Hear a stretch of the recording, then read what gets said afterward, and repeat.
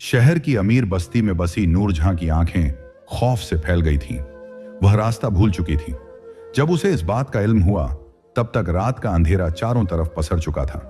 वह घने जंगल के बीचों बीच फंस गई थी। न दाएं का रास्ता मालूम था, न बाएं का। वह इस जंगल में भटक रही थी, यह जानते हुए कि उसके तीनों साथी रजिया, सायरा और यूसुफ उसे ढूंढ रहे होंगे। एक तालाब को देखने की ख्वाहिश ने उसे इस जंगल की तरफ खींच लिया था, मगर वह भूल गई थी कि यह जंगल एक भूल भुलैया है, जहां रास्ता भटकना आसान है। कई घंटों तक वह जंगल में इधर उधर भटकती रही। अचानक उसके कानों में एक अजीब दहशतनाक चीख गूंजी। यह आवाज इतनी रहस्यमयी थी कि नूरजहां का दिल दहल गया। इस जंगल के बारे में वैसे भी अजीबोगरीब किस्से मशहूर थे। क्या सचमुच कोई मुसीबत में है जो इस तरह चीख रहा है? वह उन चीखों की तरफ बढ़ने लगी, तभी किसी ने उसके कंधे पर हाथ रखा। नूरजहां ने जैसे ही मुड़कर देखा, उसके मुंह से चीख निकल पड़ी। नूरजहां शहर के मशहूर ताजिर शेख अहमद की इकलौती बेटी थी। वह एक बड़े कॉलेज में तालीम हासिल कर रही थी। उसके दोस्तों की तादाद बहुत थी और वह अपनी जिंदगी को खुलकर जीती थी। खुदा ने उसे हर सुख वक्त से पहले दे दिया था। उसके दो भाई भी थे, मगर नूरजहां अपनी वालिदा और वालिद की लाडली थी। उसकी गहरी हरी आंखों की खूबसूरती हर किसी को अपनी तरफ खींच लेती थी। शेख अहमद का हीरों का कारोबार था। कभी वह एक गरीब ताजिर था, मगर न जाने क्या हुआ कि उसकी किस्मत पलट गई। अब वह करोड़ों में खेलता था। वह अपनी बेटी से बेइंतहा मोहब्बत करता था और अक्सर कहता, जब से नूरजहां मेरी जिंदगी में आई, मेरी तकदीर बदल गई। मगर इस लाड़ प्यार ने नूरजहां को कुछ हद तक बिगाड़ भी दिया था। जब नूरजहां 18 साल की हुई, उसके वालिद और भाइयों ने एक शानदार जश्न ए पैदाइश का इंतजाम किया। शहर के बड़े बड़े लोग इस जश्न में शरीक हुए, मगर अचानक एक काला मोटा लंबा सांप दीवार पर नजर आया। उसकी चमकती हरी आंखें इतनी खूबसूरत थीं कि मेहमान दहशत के साथ साथ हैरान भी थे। नूरजहां ने उस सांप को देखा तो वह ठिठक गई, मगर जैसे ही शेख अहमद की नजर उस सांप पर पड़ी, वह खौफ से कांप उठा और बेहोश होकर गिर पड़ा। सब हैरान थे, क्योंकि सांप ने किसी को डसा नहीं था। वह चुपके से दीवार के दूसरी तरफ गायब हो गया। मेहमानों में खलबली मच गई। नूरजहां अपने वालिद की हालत देखकर परेशान हो गई। कुछ महीनों बाद यह वाकया सबके जहन से उतर गया। नूरजहां ने अपनी तालीम फिर शुरू की। एक दिन उसकी सहेलियां रजिया और सायरा ने कहा, क्यों ना हम कहीं सैर करने चलें। उन्होंने उस जंगल का जिक्र किया जिसके बारे में कई रहस्यमयी किस्से मशहूर थे। वहां पुराने खंडहर थे, जिन्हें देखने की ख्वाहिश नूरजहां और उसके दोस्तों में जागी। नूरजहां ने अपने वालिद वालिदा से इजाजत ले ली और अपने वालिद की एक गाड़ी लेकर निकल पड़ी। उसके साथ रजिया, सायरा और यूसुफ थे। नूरजहां जोश में थी, क्योंकि वह ऐसी जगह जा रही थी जिसके किस्से मशहूर थे। जब वे उस जंगल पहुंचे तो वहां का मंजर देखकर उनके दिल में खौफ समा गया। यह जगह रहस्यमयी और डरावनी थी। वहां एक छोटा सा सराय था, जिसे मुकामी लोग चलाते थे और सैर करने वालों को रास्ता दिखाते थे।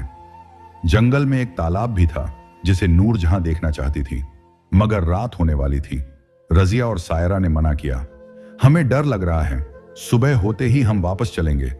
यूसुफ भी उदास सा था, मगर नूरजहां को गुस्सा आया। वह उसी रात तालाब देखना चाहती थी। जब सब सो गए, वह चुपके से सराय से निकल पड़ी। वह तालाब की तरफ बढ़ी और जब उसने नीले पानी में चांद का अक्स देखा तो वह मंत्रमुग्ध हो गई। वह देर तक तालाब के किनारे बैठी उसकी खूबसूरती को निहारती रही, मगर जब वापस लौटने का वक्त आया तो उसके होश उड़ गए। वह रास्ता भूल गई थी।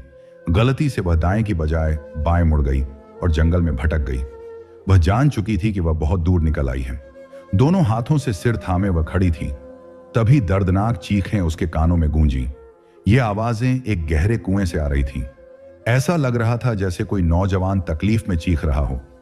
वह कुएं की तरफ बढ़ी, तभी किसी ने उसके कंधे पर हाथ रखा। नूरजहां की चीख निकल गई। उसके सामने एक नौजवान खड़ा था। उसकी गहरी हरी आंखें रात के अंधेरे में चमक रही थीं। उसका चेहरा इतना खूबसूरत था कि नूरजहां ने ऐसा हसीन शख्स पहले कभी नहीं देखा था।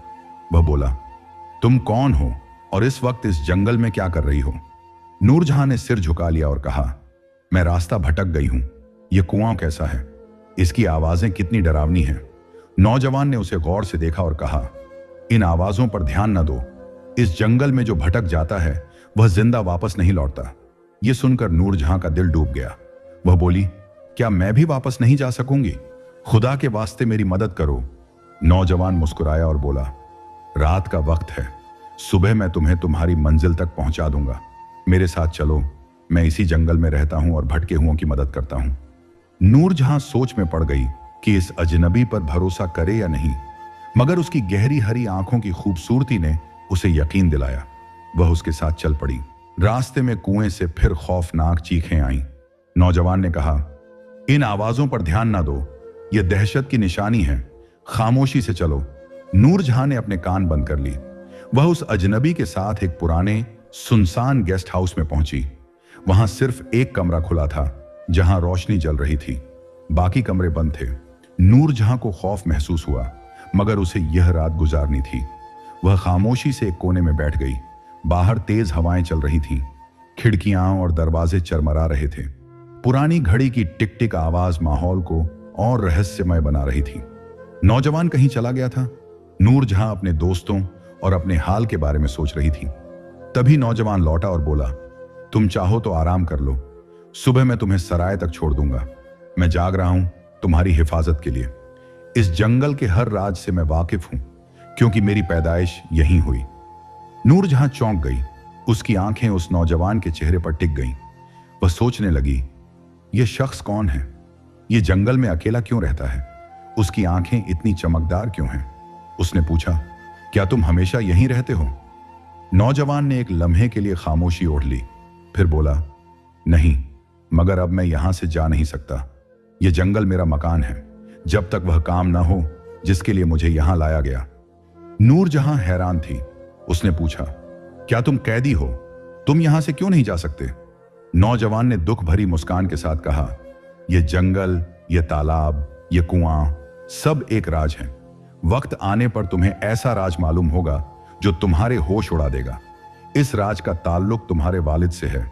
मैं यूं ही तुम्हारे सामने नहीं आया, मेरे दिल की पुकार ने तुम्हें यहां खींचा। नूरजहां का दिल जोरों से धड़कने लगा। उसने पूछा, क्या तुम्हारा कोई ताल्लुक उस काले सांप से है जो मेरे घर की दीवार पर आया था?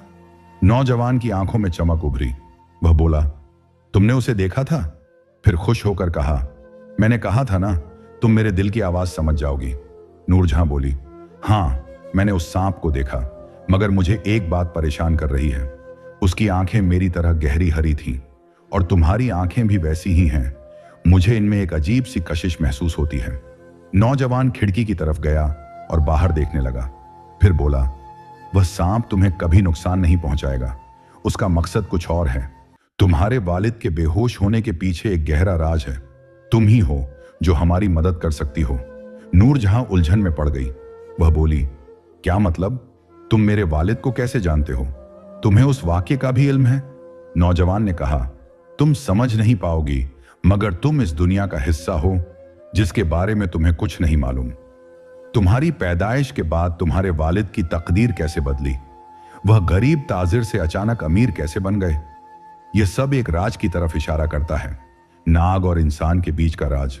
तुम्हारे वालिद ने एक ऐसी दुश्मनी मोल ली जिसका खामियाजा तुम्हें भुगतना पड़ सकता है। नूरजहां जैसे पत्थर की मूरत बन गई।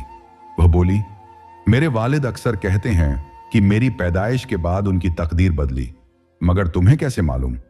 नौजवान ने सर्द आह भरी और बोला, क्योंकि मैं उस राज का मुहाफिज हूं जो तुम्हारे वजूद से जुड़ा है। तुम आम इंसान नहीं हो नूरजहां। उसके लब साकित हो गए। नौजवान ने कहा, कल जब तुम तालाब से लौट रही थी, तुमने सिर्फ रास्ता नहीं खोया, तुमने हकीकत और फरेब की दीवार को छू लिया। नूरजहां का दिल धक धक कर रहा था। वह सोच रही थी, वह इस जंगल में आने के लिए इतनी बेताब क्यों थी? नौजवान बोला, मैं तुम्हें सब सच बताऊंगा, मगर पहले यह रात गुजर जाए। और हां, अगर सूरज निकलने से पहले तुमने उस कुएं की तरफ देखा तो तुम इस दुनिया से कभी वापस ना जा सकोगी। कमरे के बाहर हवाएं तेज हो गई थीं। दरवाजे के पीछे कदमों की आहट सुनाई दी, जैसे कोई कुएं से लौटा हो। नूरजहां अब तन्हा नहीं थी। वह रात को याद कर रही थी, मगर नींद न आई। वह सोच रही थी कि यह नौजवान, जिसकी आंखें उसकी जैसी थीं, उसे पूरा राज क्यों नहीं बता रहा। अचानक उसने एक सांप को अपने सामने देखा। वह कोई और नहीं, वही नौजवान था जो अब सांप का रूप ले चुका था। नूरजहां दीवार से चिपक गई। वह बोला, घबराओ मत, मैं तुम्हें नुकसान नहीं पहुंचाऊंगा, मगर तुम्हें सच बताना जरूरी है। तुम वह लड़की हो जो हमारी ताकत, हमारा नागमणि वापस ला सकती हो। नूरजहां ने कहा, मुझे जाने दो, मैं कुछ नहीं जानती। नौजवान बोला, मैं कोई धोखा नहीं हूं, तुम्हारे वालिद का एक राज है। 20 साल पहले किस जंगल में हम नागों का राज था। हमारी ताकत हमारे नागमणि में थी, जो हमारे देवता सरपराज के पास था, मगर तुम्हारे वालिद शेख अहमद ने उसे छीन लिया। नूरजहां हैरान थी। नौजवान ने बताया, तुम्हारा वालिद एक गरीब ताजिर था। एक दिन उसे प्यास लगी तो वह तालाब के किनारे एक पत्थर पर बैठा। वहां सरपराज धूप सेंक रहा था। उसकी नागमणि चमक रही थी। तुम्हारे वालिद के दिल में लालच जागा। उन्होंने सरपराज पर पत्थर मारकर उसे जख्मी कर दिया और नागमणि छीन लिया। सरपराज जिंदा तो बचा, मगर अपनी ताकत खो बैठा। वह तुम्हें इस कुएं में पुकार रहा था। मैंने तुम्हें मौत से बचाया क्योंकि तुम्हारी गहरी हरी आंखों से मुझे इश्क हो गया, मगर तुम्हें सरपराज की जान बचानी होगी। नूरजहां ने कहा, क्या तुम सरपराज हो? वह बोला, नहीं, मेरा नाम है जफर, मैं एक नाग हूं। सरपराज इस कुएं में है, तुम हमारी मदद करो। मैं तुम्हें सुबह सराय तक पहुंचा दूंगा, बस मैं चाहूंगा, मगर तुम्हें वादा करना होगा कि तुम नागमणि लौटाओगी। नूरजहां ने वादा कर लिया। सुबह वह सराय के सामने थी। रजिया, सायरा और यूसुफ उसे देखकर लिपट गए, मगर नूरजहां खामोश थी। वह सोच रही थी कि उसके वालिद ने ऐसा क्यों किया। वह नागमणि हासिल करने का फैसला कर चुकी थी। घर लौटकर वह अपने वालिद के कमरे में गई और नागमणि तलाशने लगी। उसने शेख अहमद से कहा, मुझे वह नागमणि चाहिए जो आपने सरपराज से छीनी थी। शेख अहमद हैरान रह गए। वह बोले, यह तुम क्या कह रही हो बेटी? नूरजहां ने कहा, मुझे सच मालूम है, आपने उस नागमणि से अपनी तकदीर बदली, मगर सरपराज आज तक तकलीफ में है। शेख अहमद खौफजदा हो गए। वह बोले, अगर मैंने नागमणि लौटाई तो सरपराज मुझे मार देगा।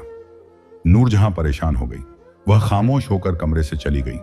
उसने फैसला किया कि वह अपने वालिद की जान की खातिर नागमणि नहीं लौटाएगी। 3 दिन बाद रात के अंधेरे में उसे अपने बिस्तर पर सरसराहट महसूस हुई। उसने आंखें खोली तो जफर को देखा, जो सांप से इंसान बन चुका था। वह बोला, तुमने मुझे मायूस किया नूरजहां। उसने कहा, मेरे वालिद की जान को खतरा है। जफर ने मुस्कुराकर कहा, सरपराज तुम्हें या तुम्हारे खानदान को नुकसान नहीं पहुंचाएगा, मैंने उससे वादा लिया है। नूरजहां ने यकीन कर लिया। उस रात वह अपने वालिद के तहखाने में गई जहां नागमणि छिपी थी। उसने जफर को नागमणि सौंप दी और कहा, अपना वादा याद रखना। जफर मुस्कुराया और गायब हो गया। उसके बाद जंगल से खौफनाक चीखें बंद हो गईं। मुसाफिर बिना भटके अपनी मंजिल तक पहुंचने लगे, मगर नूरजहां के दिल में वह रात, वह जफर और उसकी गहरी हरी आंखें हमेशा के लिए बस गईं। वह राज जो नाग और इंसान के बीच था, अब एक नई कहानी बन चुका था।